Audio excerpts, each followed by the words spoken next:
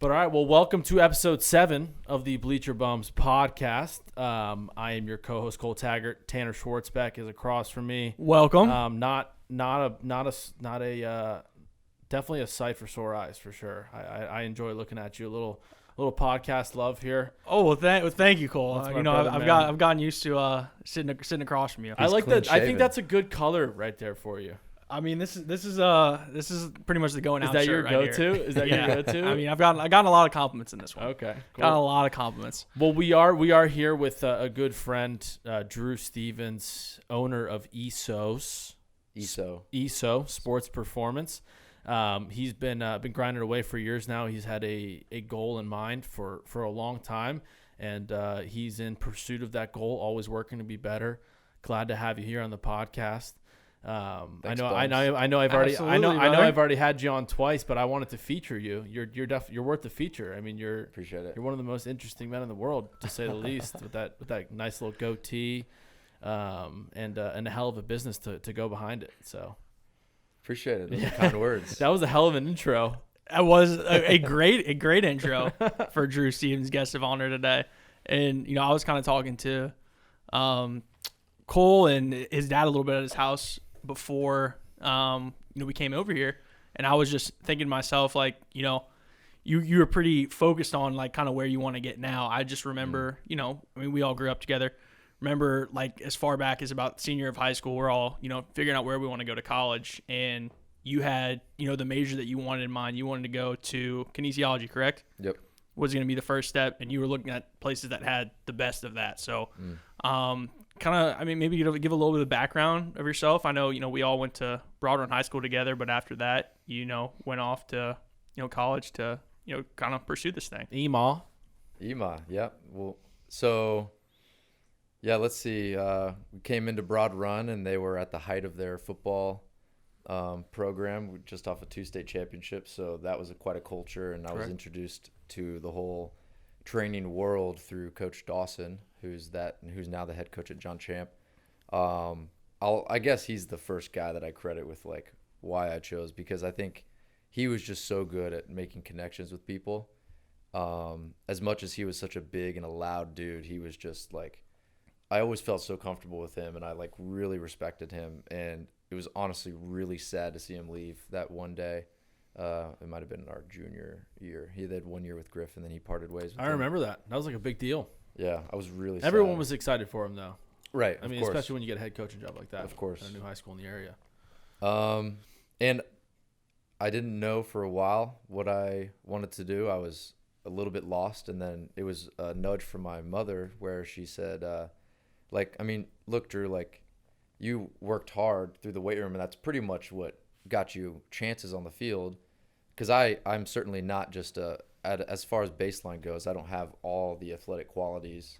Definitely had to work to develop them, and the weight room was my first catalyst for developing my athleticism and building confidence. And that's you can say the same for a lot of people out there. I'm sure everyone here has had instances where just like weight training and stuff like that has increased their life quality in whatever way. I remember lifting with the football team every once in a while. Yeah, that was always, you were dabbling. That was an experience. Mm-hmm. I love that. I love the intensity when people are just screaming at you.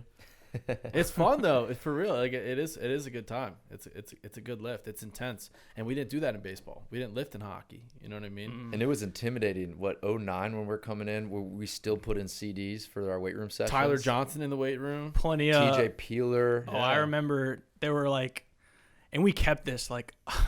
It's just kind of funny the way like things seem to like stay the same there. Like back in the day, it was the same 4 Disturbed songs on the CD that we used to lift to. It was the clean version though, right? No. It was the album Indestructible. And yes. So here's what I remember. Yes. Dawson always ran the weight room, and we'd start with our Spartan jacks, our push-ups, and our sit-ups, 25, right? And you'd be kind of in the hallway, and I can't, what did we start, 405 or whatever? You'd always hear like DeJuan yell, 3 minutes or whatever, like, and then Dawson would go in the weight room, put in the CD and turn the volume up on max. And the first song on Indestructible was Indestructible. And Makes it sense. starts with this siren that just builds. Yeah. And you hear that siren and everyone just falls in line. And then Dawson blows the whistle and we start jumping jacks. It was such an intense start to things. And I remember it vividly. We hit same CD every single weight room session, but I loved it. Yeah, about those 4 songs have been stagnant on my workout playlist on Spotify. They find their way on Still there. to this day? Down with Yes. the Sickness, and the Indestructible one are 2 that I know off the bat, but that's just kind of funny. And it really was like I didn't last too long there, but it was definitely super intimidating coming into that successful program when you were rising 9th grader. Mm-hmm. You got some kids haven't hit puberty yet. You in luckily kind of had hit a little bit of puberty, at least height-wise, size-wise. Yeah, I guess so. I came in my freshman year probably like 5'5", like 130 pounds. Mm-hmm. Like I was just a little baby, Yeah. And walking in there, like I had no business. I don't think I actually walked in there until like my junior or senior year, like in the summers when I was serious about lifting, and I like actually had some confidence in the weight room. But so obviously that's kind of where it started for you, like where like it sounded kind of started to click and you had that conversation with your mom. When did you know, maybe it was along the road when you were at college, that you wanted to specialize in MAT?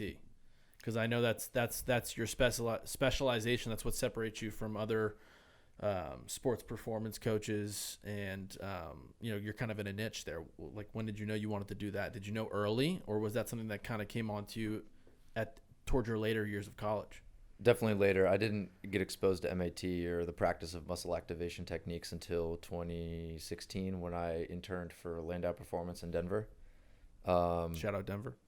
Shout out Denver. Per usual. That's a weekly Lansdowne shout out family. right there. It is. Yeah. Never been myself. Never been myself. We'll get there. That summer was probably one of my favorite summers of my life, just because of the atmosphere I was in, the environment, the people I was around. I enjoyed living in Denver, lived across from DU. But yeah, just that whole experience, that internship, and being exposed to like the practice, going through, try to like healing my back. I mean, I was going through my own like injury then, but yeah, so that was definitely later in college. I was after junior year, so going into senior year. So you said you were kind of hurt though, right? So you had some back issues. Do you think that contributed to you trying to get into that? Yeah. So I guess I'll preface, figured out I want to go do kinesiology. I looked up schools and I looked at Tennessee, I looked at App State, I looked at, various other ones. And then, the ones that were required plane travel, I picked 2 to go visit. And then we visited Kansas State being one of them. And on paper, the kinesiology program was great. Little Apple. We go land in the Little Apple, and it's a nice town, really inviting. Definitely a great college atmosphere, a great college town, and definitely scaled back from like the Morgan towns, but it had a lot to offer. And so the puzzle pieces started to fit. And then entering my sophomore year, or no, maybe spring semester, freshman year, I got hooked up with the strength coach at Kansas State, had an interview. He put me on the director of Olympic sports, which is basically everybody but football. And then I like interned there for a little while. And then so we would just basically 3 or 4 times a week, all the strength coaches would like work out. And then, they'd get on my ass about like not squatting deep enough. So I just had to like drop, and like eventually I just, my back really just gave out and I was dealing with a lot. You were lifting pretty heavy. We were lifting heavy. So what we would do is we take basically every month we would do what we wrote for the cheerleaders. We would do what we wrote for rowing. We would do the soccer. So we're always constantly doing everything we're telling our athletes to do. Right. We just rotate through all those cycles and the different sports. But a lot of stuff we're going after like, we're getting our back squat up. We're getting our pull-ups up. Like a lot of stuff was 5x3. And I remember I even got to, like, I pulled up. It was a highlight for me in the weight room. At least I was doing pull-ups with 100-pound dumbbells under me, right, 3 times, and I weighed like 160. I was really happy about it. I could bench 285, weighing 160. So that was awesome. And then it's like one day, like I'm just trying to squat lower and lower because they're calling me, pussy. Soft, small. Yeah. And like one of the coaches was pretty vulgar about it, but and then I just I guess my structure's not built for it with a few things. And then so that summer I actually land the Landau internship I'm in a strength and conditioning conference. I believe this is in Orlando in 2015. And Lauren Landau has this practical lecture. So like it's not just where we're sitting down viewing, but we're in this big gallery hall, and he requires some active participants to like go through drills and stuff that he's talking about. And I'm like one of 12 people that maybe jump in there, and so I'm like his guinea pig throughout this whole thing. And he had laid a few compliments down about like how I was doing some drills every now and then. And there was like 500 people kind of surrounded in the gallery hall, just all sitting down on the perimeter and watching. And then just going through being a part of that session, I'm just thinking in my head, like, I really love this guy. Like what he's saying, his vibe, like some cool stuff. And afterward, I went to go like shake his hand and talk to him. That's a customary thing. Usually those big speakers or like a quality presentation, there's a line of people afterward. And I wait to be one of the last people. So I'm like, not just like middle of the line. Yeah. And then I just like, hey, Lauren, I loved what you did. Like, I'd really love to like see what opportunities you guys have for like internships and everything. And he said, yeah, like I can get you connected. We've got opportunities like every summer, every winter. That's how you put yourself out there, kids. So this was a conference that you attended. Yeah. So we all go get her. When we get certifications, we all go through like organizations, and like one of those, if you're more in the performance sector rather than like a research sector, you probably gravitate to National Strength and Conditioning Association, NSCA. Okay. And so they've got national conferences and all this stuff. So I was starting to go there because that was my way to network and meet people, and it was well worth my time. And so I run into Lauren, and then I think there was another instance a day or two later where I saw him just like in the lobby, and we chatted a little bit more. And then it got to a point where, let's fast forward, I'm back at school and I'm in my spring semester, and then I'm going to apply. I applied to a few places, but then so I had an interview process with Landau Performance, and then I believe it was Eric Telly and Amber were doing interviews, and those are two of Lauren's closest colleagues and coworkers. Amber's like the facility manager. Eric Telly was one of his first ever coaches under him, so he's his right-hand man, if you will. Gotcha. And so Eric interviewed me. We did like a Skype thing, and we just start the interview with, all right, man, so I'm going to just cut to the chase. We have your resume and everything, and but here. And he like lifted it up, and I'm sitting in my dorm. I'm all nervous, right? This is like the internship I really want. This is number one on my list. I like the 5 I was interviewing for. And he holds up my resume, and on the top wrote must hire. And so he's like, so that's it, man. Lauren wants you. That's all I need to hear. And so like, yeah, we'll send you more information. We start in May. And how hype were you, bro? I like at the end of it, it was unbelievable. So you didn't even really go through an interview. Didn't even have to. Yeah.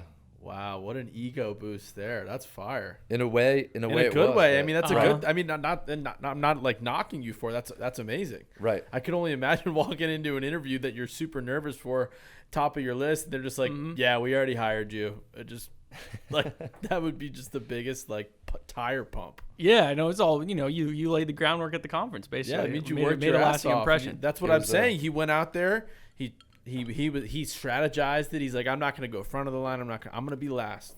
I'm going to be the last person to shake that person's hand. I'm going to tell him my name, tell him I want to work with you.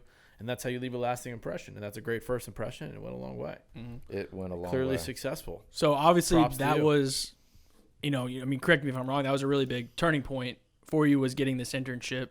I mean, what kind of things were you exposed to that you think that, kind of are still sticking with you now, running your own shop, at that internship that summer with him? I hugely credit Landau Performance, that family, all those coaches that, took me under their wings for, those 4 months. I honestly, I credit them with, let's go like 90-95%, because, I got to give things to my parent. But your parents get 10%? Well, as a like, they're always there for me. They're always my foundation. Yeah, or whatever, you know what I mean? I had to number check you. I'm a number like 90, 10, or 100. Hey. Well, and other coaches have been around and stuff like that. I mean, they raised the kid that made the lasting impression at the conference. No, I get it. And then they took it a step further. So yeah, that was big though, the internship over the summer. They have, and it's not even that they just bring in these high profile athletes, but their system, their family atmosphere. They're high standard. Their lessons every day. Like the internship was well structured.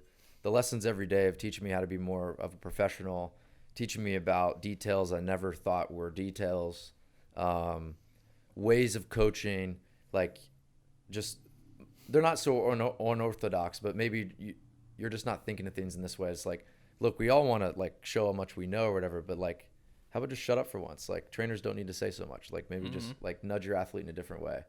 And there's just a lot of really detail oriented things that I thought just put them above and beyond with just a few performance centers out in the country or a few trainers that have places. So they taught me a lot training wise, professionalism wise, as being a human, how to work together as a family. They're such a tight knit group. Everyone is so loyal to each other and they get along. Besides going to like Uganda, Africa, that's one of my favorite summers like ever. Tell us about that. What'd you do in Uganda?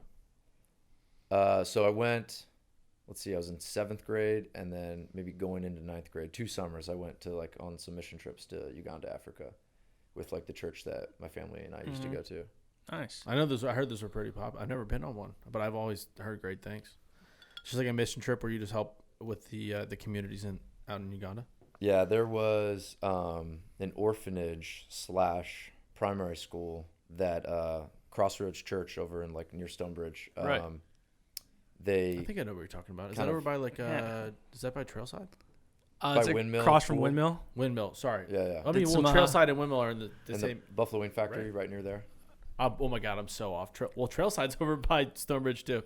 Yeah. Anyways, different field. Before that, did many vacation Bible schools at Crossroads when I was probably between 5 and 8.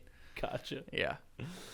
So they just helped build like this orphanage and primary school. They called it Humble, and it's actually a cool name, Helping Ugandan Moana, which means children by Loving Example. So it was a cool name. So I went there twice, and we would like. We'd help with some projects that were there. We'd help like build water wells, or we'd help build a brick wall by hand all around the perimeter because of some shady stuff that like people were coming into the dormitories at night and taking kids. It was bad. But like some life-changing experiences there. Like you seeing how the kids live and what they don't have, but how happy they are, and just the smiles that are on kids. Puts things into perspective. Yeah. So that was the foundation for like probably just the perspective I carry every day now. Right. Nice. So, obviously you were a student for a while, right? You went to school. Yeah. You've been a student. You're always a student. You're always a student of the game, trying to learn more. But in terms of, being a student through college, going through training, getting qualifications, what was the hardest part from going from being a student to then being a teacher? Taking on clients, taking a step forward, starting a business, trying to make money, trying to help improve these guys as athletes. What was the biggest step for you and the most challenging part in that growth? It's a good question. I think some of the hardest thing is like always trying to be keeping a standard for myself and always being honest with myself, saying like, am I doing what I need to be doing to continue learning? Am I saying the right things? I get close with these clients and these kids, right? And like, am I holding my professionalism? Everything's about like standard, and I want to be the standard. I want to set the standard around here. I want to be thankful for my beginnings, and I just like always want to remember like where I came from. I think the hardest thing is understanding like you're always learning, even though you're a teacher. Like I'm not. Sometimes, some days I might feel smart. Some days I feel stupid as hell. You probably learn a lot from your students too.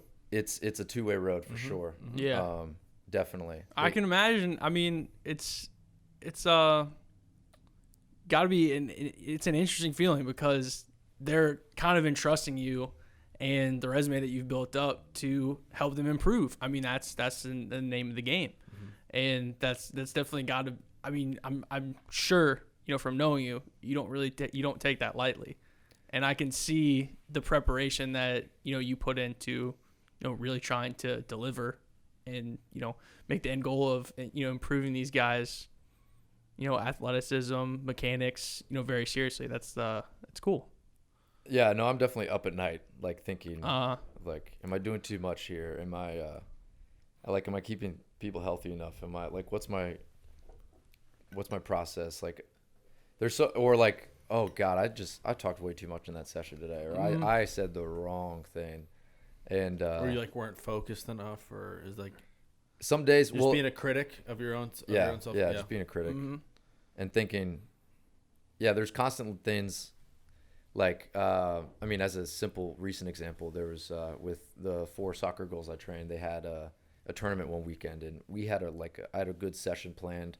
It was 48 hours before, but then I did this one drill that just like lit up their calves, and they were sore. So all they were thinking about was during their games, like, oh my God, my calves hurt. And I'm just like, so you just went too hard? It wasn't. It was one drill that we hadn't done in a little while, and I cycled it back in, and it was more of a shock to their system. And I'm just like, for days I was just like, God damn it, and that eats away at me. And that's a small example, but like with Broad Run last night, you saw how banged up they were, and that just eats at me. I'm just constantly thinking like, well, did I do too much over this extended off season? Did I not like provide enough of this other dose of medicine? And so then how are you applying that, right? So let's say some days you make like, for example, your soccer girls that are playing, and you overworked them that day. How do you take that? How do you make sure you don't make that same mistake again? Like moving forward, are you like tell me about your schedule. How organized are you, and how far in advance can you be organized for certain sessions? The goal is to have obviously things planned out and things forecasted out for I do like something called mesocycles. So usually things are not written in stone, but they're planned out for about 4 weeks. And then I'm making on those day adjustments, whether minor or major, but, depending on how your client feels that day. Right. So I'm asking a lot of like pre-session questions, okay. Or, there's objective ways to get it done, like readiness testing in certain respects. With performance measures, or there's subjective things, and sometimes with time or with the amount of people, like just subjective stuff, or like, are you sore today? Like, what did you guys do at practice? Did you guys run a practice? What's in your mental tank today? What's in your physical tank? Does it make it more difficult with group training versus individual? But I just have to take more notes. Yeah, and I can definitely be more organized. There's It sucks too, because oftentimes I'm throwing everything I planned out the window, and I'm not making things up, but adjusting right on the fly and adjusting a lot. I can be a lot more organized. I'm refining my mode of operations, especially as a one-man show, building over this last year. Thankfully during COVID didn't implicate or hinder my business progression at all. You've done a phenomenal job. I've increased my client load. I'm pretty busy, and that I need more structure and organization on my own time. So that's something I'm still refining, and I got to learn as a businessman. That's what I'm definitely not skilled at, is all the administrative side of things. I just want to train. Hey, you're passionate about it, which is what's important. Exactly. If you're passionate about it, if you love it, you're going to figure it out eventually. There's always going to be road bumps along the way that are going to occur, but it's also going to make you better in what you're trying to do. And again, you're one of the most focused people I know, and I'm very confident you already are succeeding. I'm very confident you'll keep succeeding. And I think you have a good plan, and you have a good structure right now. And again, I think you're just being a little critical of yourself, just trying to improve constantly. Because from the outside looking in, I'd say you're a relatively organized guy. If I had to compare yourself to me, you kick my ass every single day of the week. So that's thank funny. You. Yeah, I've been fortunate thus far. Yeah. There you go. So you and I, we kind of keep open communication about things. And I remember talking to you. What are we getting into now? Well, I just remember, we were sitting at maybe a restaurant having a beer over a college football game in the fall, and I think Clemson was playing, and he was talking to me about how Travis Etienne, his running style is something that he, really studies and looks at when he trains his clients. He says he's very technically sound athlete. So outside of him, is there anyone that, like resources that you're going to, players that you want to see that you're like kind of parlaying into your clients? Well, yeah. So I'm always trying to keep up with Lansdowne Performance. There's a lot of great coaches out there that have honestly like some of us like the practice, like we're stringed together. Like, so I try to keep up with the whole MAT community, and there's a lot of people that are on the treatment side that pretty much do that, MAT primarily, or there's people that integrate MAT into their performance training. And so there's people linked through the community that I try to pay attention to. There's people linked through like Laura Landau's mentors.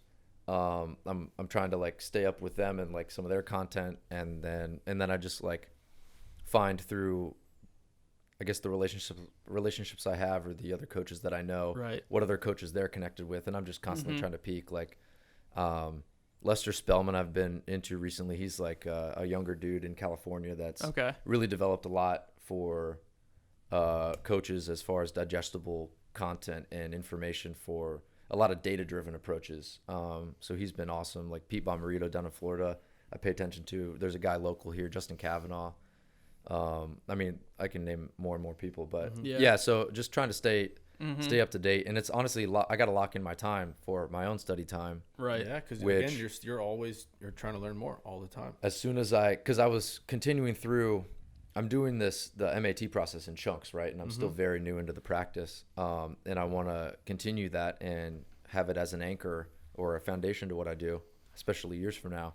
But as my client load picked up, this is where my organization needs to improve. It got really hard to do all the studying that I wanted to do. And so I like discontinued it for now. And when I maybe have some down months, I'm going to, go back into invest in myself and get the practice going again, or find new courses to take. And so, yeah, it's a constant thing. I just like watching like a Travis Etienne or like the other athletes where they might train in the off season or where they came from. I'm pretty sure Etienne had a track background, but he possibly did. I know you mentioned there were a couple high profile athletes at Lansdowne. Who are a couple of those people that were going to see him? So when I was off the top of your head, at least when I was interning, the sessions I helped out with or shadowed, Christian McCaffrey was there. Christian McCaffrey's a longtime Lansdowne. I think he does his own thing now. That's interesting. So they're Denver people. Obviously, his father Ed he's a pretty decent football player. I would say so. No, they went to pretty good athlete. They went to Valor. They went to Valor Christian in Colorado, which is probably one of the best private schools in Colorado, and they win state championships. So Ed McCaffrey was coaching at Valor for as long as his boys were there, and after, I think the youngest is Luke. Yeah, maybe one of the quarterbacks. He was at Nebraska. I think he transferred recently to Louisville. That's correct. Okay. Yeah. And so after his last son left Valor, he took a job at Northern Colorado, so the D2 program. So he's now a college coach.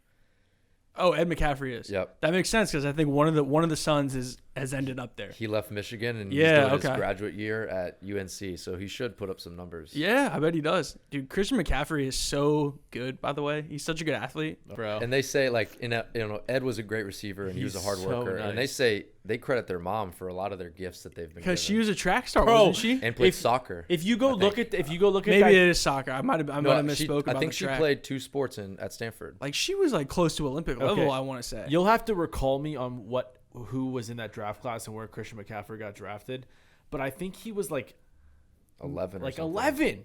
Like you go back on that, he's number 1. I mean, it's high for depending on the quarterback back.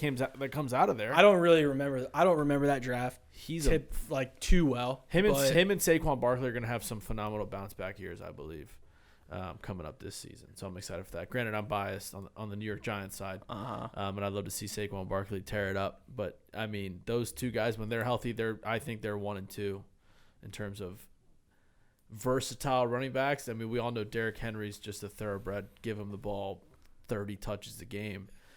But yeah, Saquon and Christian, when they're healthy, they're the 2 best backs in the league. Yeah, they're freak athletes. So they were there, like any Broncos? Because I know this was like based in Denver. So yeah, when I was interning, this was in Lauren Landau now is currently the strength and conditioning coach for the Denver Broncos. And wow. Landau Performance is still running. I don't know what his dynamic is with like going back to Landau. Well, good for him for being able to, kind of Right. keep both going. The boat floats and it's running well. Amber, I think, is a huge credit to their facility, and Eric, Telly, and Augie are like probably, I don't even know what to call them, but like they've been with Lauren for a long time, so they've really they might run the show on the floor, if you would. Right. Not to cut you off, but isn't that kind of interesting that he probably had to have like, a job interview with John Elway at some point? Yeah, isn't that funny? Yeah. Well, I think he was offered the position like 5 years prior, and he said, "I don't think I'm ready," and I think he just turned it down because he felt like he wasn't ready to like run an NFL team. Mm-hmm. Not in a way that he wasn't confident, but he like, I learned a lot from Lauren, and just like how honest he is with himself and how hard he works. Well, I'm sure it's it's exposing yourself to a lot of scrutiny because we know what kind of a business the National Football League is. Mm-hmm. And I mean, you see a lot of turnover all the time. I mean, pretty much the health of these players, it's kind of falling on your shoulders. Like, what are you doing? Like, a team's injury ridden, and people are going to start asking questions. Well, that's a great point. And maybe that's something we can, and I don't mean to cut you off. No. That's something we could talk about. Do you feel pressure, like when you send these guys out, right? And you work with them, and you give them all the direction. You give them MAT. You give them workouts. They work their butt off, and they go out and they get injured. Do you feel pressure when you send them out into the field? Like, all right, I've prepared you as much as you can. Go out there and perform. And let's say they come back injured. Like, do you feel like that falls on you at some point? Like, I want to know, just because we don't really have those conversations, and like, I'm not like saying it's on you, but like, do you feel like there's some sort of responsibility? Like, okay, maybe I didn't prepare them to the right point, or it was just bad luck, or I take that stuff on me for sure. I guess you always have to realize like stuff happens. Mm-hmm. It's especially like it's football. sports. Anything can happen. Especially in football. But then like the more I'm around them, like with colleges, when the off season happens, like coaches don't get all the time with them, but the strength coach is always around them. Mm-hmm. And so like with this, for instance, with football being in the spring, we had an extended off season, and the weight room was closed down, so guys were lifting in small groups on their own in their garages or at the sports pavilion. And I was writing a 4-day-a-week program, which normally I'm in person with them 2 or 3 out of the times during the week. Yeah, but now you can't have eyes on them. And I'm not. And I'm like, so I gotta get them to send me videos, and that doesn't always happen because they don't always remember. Mm-hmm. And 4 days a week is still a lot of lifting for high school kids. And their kids. Their kids. And not all of them are locked in 100% of the time, as far as just like little details. Mm-hmm. And that's fine.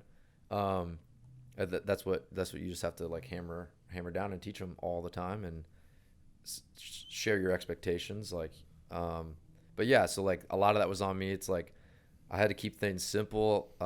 Let's do the simple things savagely well. Also things that's also a phrase Land Up Performance uses a lot. And so I had to keep that stuff in mind, and like certain exercises I want to be there to watch, like a side plank, if you're familiar, like that could really jack up the shoulder if it's not done well. And like one of the kids, I wouldn't even think of it. One of the kids started the year, like first practice in the preseason this year. Mm-hmm. He went in to make like a tackle on the first day of contact, and he tore his labrum. And I'm just thinking like, oh God, like what if 4 months of side bridges, he was just like not in a great shoulder position, and he just was grinding away at his labrum. And you just know immediately. That's just eating at me. Like I just don't know. Like, yeah. Because actually, and I trust this kid in the weight room. This is a kid that like he's always asking me questions, but that's just a lack of a luxury that I didn't have to be around them. And you'd say that a lot of that has to do with just not being able to be there, right? With the COVID restrictions and everything going on.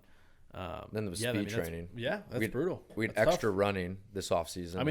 We were at the game last night. They couldn't even go to a locker room. They had to take halftime in the back of the end zone. Yeah, that's funny. And when it's cold out, I can only imagine trying to stay warm and trying to stay loose when it's 50, like 40 and windy. Mm-hmm. A lot of there's only so much you can do. A lot of injuries this year. A lot of cramping, and then it's their kids, and even Lou Holtz is famous for saying this from coaching college football. It's like you can't trust a 19, 20-year-old from week to week, with like that he's going to know his job and know his duty and like be locked in every single play and all that. So like, you have to continually hammer expectations in the kids, saying like, no, this is the way we do things, and you'll care about all these little things, and it's not just about going to make a play, but it's the 90% everyone else doesn't see that makes the 10% the show. Yeah, and I was really I think we did too much running probably this off season. Like a lot of it was, well, let's be ready to go into a delayed fall season. If we condense our season and start mid-October, let's be ready. I was going to say, how quickly did they come up with you guys on, all right, we're playing in spring? I think the VHSL was dancing around a little too much. Yeah. They would have these meetings like every so often, and instead of outright saying, look, we're not going to have a fall season, they kind of like put these delayments. And then it was just a chunk at a time. It's like, oh, like, all right, we're not going to start on time. We're going to work for a delayed fall season. Oh, we're not going to play a delayed. And they kept, instead of saying, you know what, because of what we deem as unsafe, like however we're deciding these metrics, we're just like, we're going to look to introduce things in the spring. But we never had anything set out or defined or planned enough. So a lot of this was, okay, let's just make sure we're ready. Yeah. And that was tough to manage, and I probably should have done a little bit of more work on just like figuring out how to handle the dosage I'm providing these kids in an extended period of training. You think you'll have more access in this next season to be able to keep a closer eye? We're planning on not using the weight room, but so right before they like shut down all the high schools, a few dads pulled up their trucks to the back of Broad Run and pulled out a bunch of stuff out of the weight room, and so it's spread out in a few garages right now. It's actually genius. One of the dads is gonna just have like groups of 6 at his house, and I'm just gonna block out time during my day so I can love that. That's cool. That's dedication. You know what's kind of it kind of just popped in my head, and I'm sure they would have thoughts about it. But imagine like renting like 2 U-Haul lockers, having nothing in them, keeping the doors open, and interesting. That's your weight room. Light bulb. Interesting. Yeah. Like that's your light room. Dude. Like U-Haul might have something to say about, I don't know. Yeah. Liability. They're big business. So people like working out like on their property. I mean, who knows? There might be some liability issues, but I mean, you might have just come up with a business proposition for you all. I mean, potentially. Hey, I might want to capitalize on that. Could be a good pitch. But I mean, like the garage gym is like a culture thing, like around here. Like, it's pretty cool. Everyone sets up in the warehouses. And we can be a little more rugged around in Ashburn. Dude, I mean, there's just something about like a garage workout or like a outdoor workout. It's just like a confidence thing. You just put like mirrors all around just so you can see yourself. It built up the Birchmeyers. Flexing all the time. You should see. They live in that little townhouse that they used to live in, AJ. And like their garage is a single car garage. Probably barely fits anything beyond a sedan. And they've got a weight room set up in that single car garage. And it's a rack and it's a rower and bench and dumbbells and all that. Birchmeyer just lifting the world in there. And there's like 500 wrestling medals just like all around. And no big deal. On the top of the ceiling, like when you're laying down benching, right, you'll see it says 1 more rep. There's the mirror. And it's so hard. Championship weight belts are there. His dad's like picture from playing at Ohio. And it's a motivational spot, that's for sure. Just a lot of Have success. you lifted in there? Oh, yeah. Yeah? At the start of COVID, I was just bringing some clients into there. There you go. That's a good spot. I feel like I'd be locked in. Yeah. With all that. Just like success. Just all over the room. It also feel a lot of pressure too. That's as soon as just championship medals everywhere. The 1 more rep would get me every time though. Right. Yeah. 1 more rep. Well, and I love the Alex's father, Matt, and it was funny, like I think it was after he initially got rankings out from 24/7, he was like the 4-star and he was the number 2 lineman in the country, and his dad's like, congrats to you. I was like, well, thanks, like we're not done yet. He goes, just make sure you keep him healthy. Thank you I'm already thinking about that. That's funny. Oh my gosh, that's funny. Hey, keep you on your toes, keep you sharp. Yeah So there's a lineman that you're working with, and I don't think it's necessarily by design, but a lot of your clients happen to be playing the quarterback position. Yeah. So is there anything that you're doing specifically to tailor workouts? What are you doing with them to, kind of make them better at that position? There's plenty of things, 3-step drops, hips, things like that. Is there different things that you're doing based on, the kid and the position that he plays? Well, yes and no. Mm-hmm. I mean, at the end of the day, these are developing athletes that are high school athletes. Right. So training ages are young, and you have to give them those foundational things, and you've got to progress those foundational things. You have to make them as close to second nature as possible. Mm-hmm. Like, why do we have to get funky and fancy in some of these weight room things when sometimes it's just about getting strength up or making joint mechanics healthy. And so, like, do the simple things savagely well. I've said that twice today already. And I like that.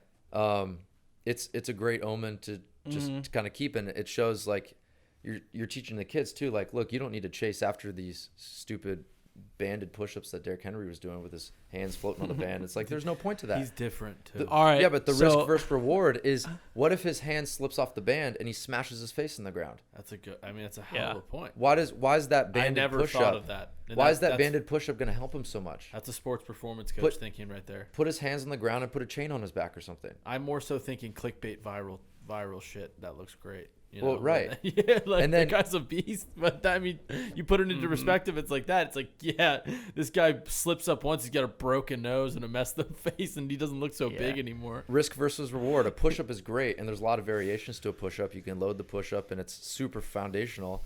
You should damn well be working push-ups like once a week if you've got clients 3 or 4 times a week. And but, like, why all add that mess to it? You know, like, just because you can.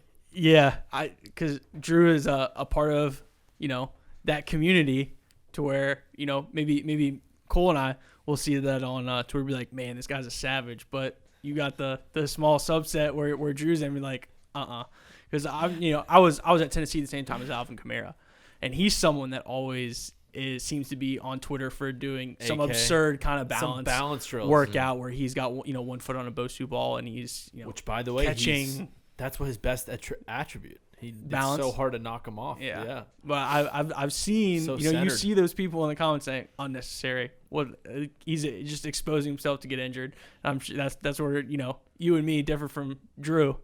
Yeah. Well, and then I guess now the things where I do kind of specifically, if like you mentioned, I do train a good amount of quarterbacks, and it's not up to me to be a quarterback coach or get specific as far as quarterbacking, but you do have to look at what's fundamental to their performance or like how they excel, and that would be like zip on the ball, right? I can't really help with the mental game, maybe besides a little bit of mental health, like meditation or things like that, but which I have introduced a little bit. But it's like, all right, so how well does their trunk function? Do they have mobility at the trunk? Do they have stability at the trunk? Can they defend themselves from getting crushed all the time? Do they have enough mobility where it helps just with the whole linking process from interacting with the ground and transferring everything up into that final release? So, can you defend the spine, and can the trunk absorb force? Can it be a vehicle for that transfer of force? And so, like, you got to look at trunk function, like just the ability. Can they flex and extend? Your trunk is where, below the chest to the trunk, everything, like, I guess you could just say around the rib cage. Okay. Like from waist to shoulder. The trunk, it's just everything proximal. Like if your legs and arms are appendages, the trunk is everything that those appendages attached to. So there's a lot of function in the trunk. Like, there's probably upwards of like 18 muscles that coordinate and help trunk rotation. Right? That's a lot. That's a lot. Like, so there's a lot of boxes to check, if you will, and make sure function's there, make sure they also have tolerance and defense. And so, yeah, that's where I guess I get specific. But football, that'll extend in football in general, whether you're a safety, lineman, or quarterback. You want a trunk that fires. You want a trunk that can, like, brace you and protect the spine and take those beatings. So there's methods that are widely used when training football athletes.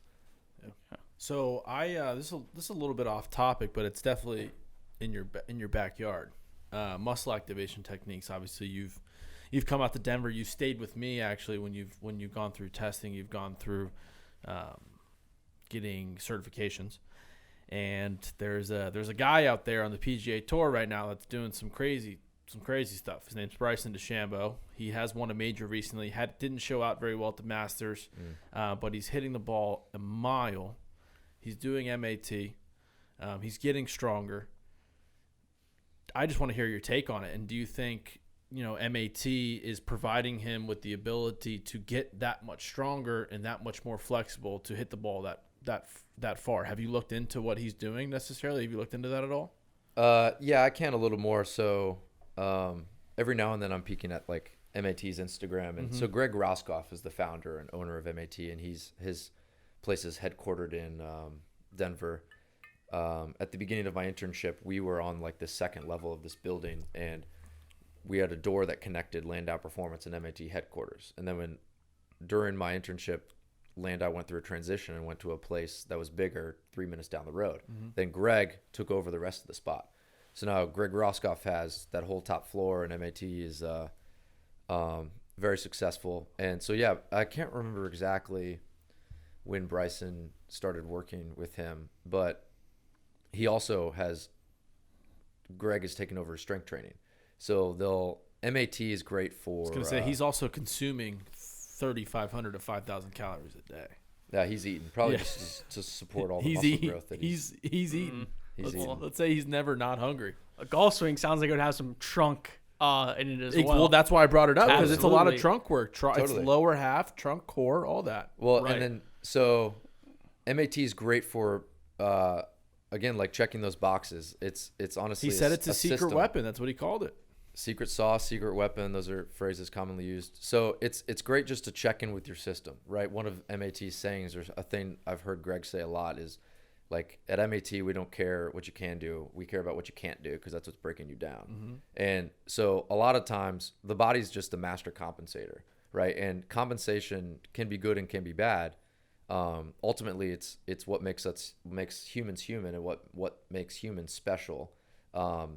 Sport is all about compensation, right? And that's, sometimes athletes are just amazing compensators, and that's what makes them special in their sport. On the tail end, too much compensation or too often of the same thing might lead you to that injury. Like an And so, imbalance. yeah, exactly. Right, yeah. So MAT is a system checker that basically analyzes muscle function, and they can do it on an individual basis. And you're just a synopsis of a bunch of isolated parts, right, that always have to coordinate and work together. So MAT can look and identify like muscle dysfunction, and it's really like, can your left behave the way the right does, right? The right side of your trunk, is it similar to the function of the left side of your trunk? Right shoulder flexion with left shoulder flexion. And then through that, you can figure out where someone's inherent limitations are, where they structurally might have a limitation, or can you actually affect something through training because there's just a muscular imbalance or a muscular weakness, or just things that need to be improved. And so it's cool. There was one video, you guys, I'll have to probably show it to you later. It's maybe 5 or 6 minutes. MAT put it on their Instagram, and they did this, like, I can't remember what the device is, but you essentially can, like, it's not like a suction, but you can like plant it on the person and get them in like an end range position, and like they'll like, all right, move, like extend your shoulder, and they'll just basically it's a digital reader of how much like force you generate in like this certain position in a certain movement you're going to start. And so like what Greg was talking about is over like a course of a couple weeks through strength training with Bryson Deshambo, I think his right shoulder he's in end range flexion, so he's coming into extension. Because because he's a righty. So Yeah. they're probably testing that, because when he takes his backswing, that's where he starts his speed. Sure. And that's where he gets to, 125 mile an hour, 130 mile an hour club head speed. Right. And that's a huge test for him, because that's how he swings the ball, swings the Right. club hard, and that's how he hits the ball 400 yards. And so in that test, I think, I'll mess up the numbers a little bit, but like his right shoulder or right arm performed, it was like 35 pounds of force that the arm produced. And then the left arm produced like 18 pounds of force. Is 35 a lot? I don't think it matters I to mean- this. I don't think it matters to this Okay. like Yeah. Just curious. example. And then they showed some of the strength training they did, and just working basically through MAT and some strength training. I think in like 2 weeks later, they got the right arm up to 40 pounds of force, and the left arm was at 38, right? And it's like in 2 weeks, that arm was able to produce in whatever test they were in, like double the amount of force, right? And one, they brought up symmetry. One, they brought up baseline, and they brought up symmetry. And so the body was just like more symmetrical in the way it functioned. And it was kind of impressive. It was, it's insane actually. And so, yeah, like Bryson Deshambo, I think does his strength training with Greg Roscoff now, and MAT is there to raise the baseline of your muscles, like how well they contract individually, maybe the tolerance level of them, because you're constantly taking in force, right? Like just us walking here today, like our body's taking in force from us interacting with the ground, and that's all minor way. But you're getting the same repetitive forces if the sport you do is year round or you only play one sport. So it's great to have that system check and understand what you can really hit today, what you need to work on, what deficiency maybe exists today that didn't exist last week, and where you can spend your time and attention. And it's great because now Tanner's going to be different from Cole, the way you guys both might work on your golf game, right? Maybe Cole has some inability in his trunk. Maybe you're just not strong, right? And then so like those are the things that we can address through the practice, and it's fascinating. I've seen a lot of Q&As that sometimes like NFL athletes might put on their Instagram, like ask me any question, and then and I'll always send these to my clients that have gotten MAT and stuff. And I think it was like a Bengals tight end that I saw that MAT reposted, and someone asked him like how he stays so healthy during his career, and he's like, well, I get MAT once a week, and he had all these other things, but he's like, MAT is like my secret sauce. I get it once a week and it keeps me healthy and all that stuff. So I always like send that stuff out. I mean, Peyton Manning flew out to Greg Roscoff, and Greg flew to him after his career, after his neck surgeries, because Peyton, I guess, had trouble feeling down his arm. His fingers would go numb. Well, yeah, that wasn't a secret. I think everybody kind of knew that. Peyton was still Peyton, but I think you could definitely tell he was losing, because I think his ball started wobbling towards the end of his career. He'd wear gloves, I think, because his fingers would. That's right. I think he was double gloving. Double gloving? I think he was two gloving. Wow. Like no, hand? I meant like one on his throwing yeah. hand. Correct. Yeah. Yeah. I just think he had like trouble with like nerve conduction or just like feeling at the extremities. It was weird. So have you seen Bryson Deshambo swing a golf club? Have you seen it? I've seen on videos. Yeah.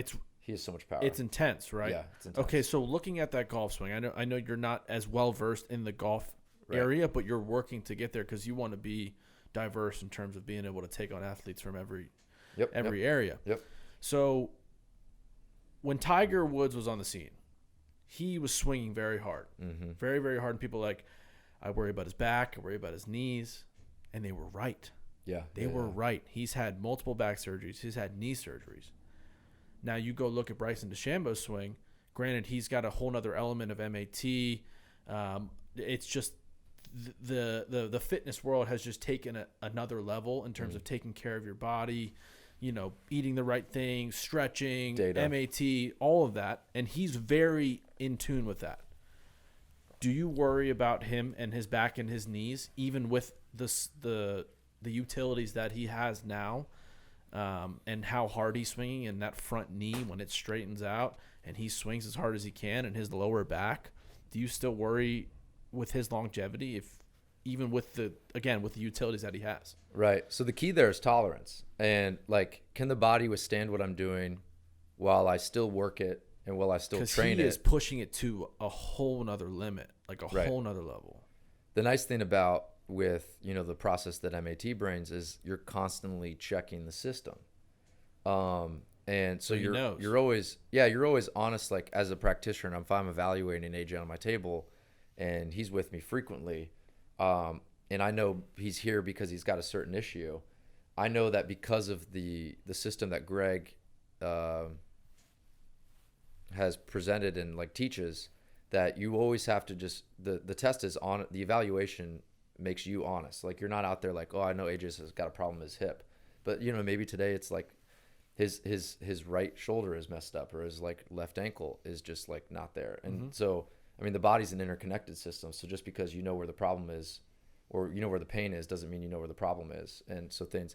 But as far as am I worried about Bryson and his longevity, I think I'm not an expert exactly on what Tiger did and what Bryson is doing, but I've seen a little bit of each. Just swinging hard. It's literally just as far as training. It's a lot of force. But I'm pretty sure Tiger was lifting like a Navy SEAL. He wasn't lifting properly for the sport he was in. He could bench press like 300 plus pounds, and as a golfer, you don't need chest power. You don't need that. It's not necessary. He was getting huge, and he was doing all these other methods. And where I've seen like now Bryson might be really putting on mass and really lifting, but there's a lot of I've just seen clips. There's a lot. He's not going in there and back squatting, or like taking a trap bar and putting 450 on it and deadlifting. Right. There's a lot of isolated stuff. Like, so Greg has an entire weight room in his MAT headquarters where he was constantly just like taking clients and doing his own research, where they'd be on the table and he'd be doing these specific positions to figure out muscle tests and how to bias or isolate a certain muscle, and then go out and he's got, like, if you go walk in the sports pavilion or Lifetime Fitness and there's that whole machine section, he's just got a bunch of machines that isolate different muscle parts, and he rigs them up and he changes them and he rebuilds them. And like, so like there's a video of Bryson just like with a single arm, thing, and he's just like grinding away. And it's an isolated thing. And yeah, I think it's all just driven by all the testing that they do. When I watch him though, so clearly, I mean, he's never swinging left-handed, right? So he's only swinging right-handed. Yeah. So I feel like his body will naturally be imbalanced because he has to work on this side of his body being extremely all the time powerful. So as someone who works in MAT and making sure there's balances and checking imbalances, like, it almost feels like it's like it works, but it kind of goes against what the purpose for MAT is. Well, you get what I'm saying? Yeah. So like I hinted at earlier, like the body's a master compensator, but these compensations, like, I just find it interesting because he's changing the game forever because guys are trying to catch up to him now, you know? Yeah. And it's just changing. And I think it's exciting because it's almost like the home run ball in baseball. It is. It's like, all right, can you drive the ball 350 yards? Yeah. And have a wedge in on every par 4 and be able to get to every par 5 and 2. Right. And you see scores just. Right. It's like advancing the 3-ball in basketball. Exactly. It's an evolution of the game. Yeah. And that's humans, as we know it, just adapting to be better. Yeah. And it's exciting. And I give Bryson a lot of crap. I've given him crap on this podcast before. Yeah. But I'm not denying that he's changing the game. I'm not denying that. I just think that he could have a little bit more respect for certain golf courses, which is why he struggles at the Masters, because he thinks he can hit it wherever he wants and he's all over the place. But but I wanted to bring that up just because he's been a huge proponent. I'm using the wrong word for MAT and his success. So I wanted to bring that up just because I know that's your field. Yeah. And a field I'm new in, so it'll take me years to even progress in this. Where do you see yourself in 5 years? Do you have a plan? Plan in action? Hopefully this business is still around and I've got some great people around me, and I'm not necessarily chasing after my own place, but like your own facility. Right. If the cards fall and the finances are there, then it's obviously something I'm looking at. I'm grateful for where I'm at now with Dave Michael hosting me. You're in a great spot. And I couldn't be, besides staying over at Lansdowne Performance, like I couldn't be in a better position where I'm at now, where I've been able to come back home and get reconnected with old coaches that help kickstart getting some of my clients going, being in just the town I grew up in, and kind of coming back and being involved in those sports again, since my athletic career probably just wasn't as fulfilled as I wanted it to be. And so now this is like the extension of it. Well, it's crazy. It's crazy looking back on our own athletic careers and like what we could have known. Yeah. Like knowing like the knowledge you have now and like what we could have applied to us back then. Granted, I don't think it would have like made much of a difference. I mean, it could have made a huge difference. Yeah. Again, we don't know. We can't go back. Yeah. But knowing that like, okay, I could have had this knowledge then. I didn't have it. But what I do know is I can apply it now and apply it to our future athletes and the people, trying to make something out of, what we were trying to do back then. I want to be a college athlete. I want to play in the pros. And I just think that's a great tribute to the community you grew up in, and be able to come back and teach the athletes from the same school that you went to, the same area you went to. You're doing a great job, Drew. And I'm proud of you, bro. As one of my friends. You're doing a hell of a job, and I'm excited for you. I think you're doing great, and you're on a great trajectory. And I can't wait to train with you again. I know I'm pretty spotty there. I know I'm spotty in terms. I mean, hey, I got bad knees. You know what I mean? I got bad knees, and that's not an excuse. It's not an excuse. I can still get in there. I can still work. Let's just get you back on the golf course and seeing what sticks for you. Dude, you can get me on the golf course anytime. I have no problem going there. You want to train me out on the greens? I'm down. Well, yeah. What I'm saying is, let's see what helps. Let's see what helps bring the strokes down. Yeah. Interesting. Yeah. Well, I don't have a whole lot. You got any more? You got any more questions for the guy? No, man. It was great having him on. I think it was a really, really insightful interview. You got into some stuff that was Definitely way over my head. Your hair looks great too, by the way. No, it doesn't. It's It crazy, does. Dude, it looks man. good. I mean, kind of the seismic shift in not that long of a time in your industry. Mm-hmm. Yeah. We're not that fucking old. But we talked about in the beginning of the show how we were like walking in that weight room as freshmen, and I just feel like the culture around 9 years ago. around working out, and I mean maybe it's high school getting more serious than it was before. Not that it wasn't, but just the different kind of things, because it's just interesting. Well, I feel like as we get older, things just start earlier. Like There's more people start to specialization. realize, you know what I mean? I think that's part of it. And it's a good thing. It's good. I mean, I feel like, they're more focused. They're more centralized. They have, more of a routine to stick to. Like just getting to know Mitch, getting to know Billy. I haven't gotten to know Brett as well, and Birchmeyer, and your athletes. Like, I tell you what, I wasn't that focused when I was in high school. Me neither. I wasn't. Me neither. And it almost felt like it's because I didn't have as good of a direction, and I didn't have you. I had trainers, right? But like for Broad Run baseball, we just lift, Monday, Wednesday, Friday, and it was just kind of like do whatever you want. Like it wasn't as focused, and I wish I had that. But what you're doing for the community and for these guys is phenomenal, and super happy to have you on. Drew Stevens, ESO Sports Performance over at Performance Edge. Oh, yep. In Lansdowne. That's my home. Plug it, Lansdowne Town Center. Thank you for joining us for Bleacher Bumps episode 7. Go ahead. You want to plug anybody? You want to plug in? Well, I was going to say we didn't get even into like what the name is. Oh, ESO shit. Sports Performance. We can get into it. I gotta go to pee, to be completely honest. I mean, it's just kind of funny. What was that? Good? Go into it. I mean, Let's hear it. it's just No, I want to hear it. I'm just saying I gotta pee. That's all.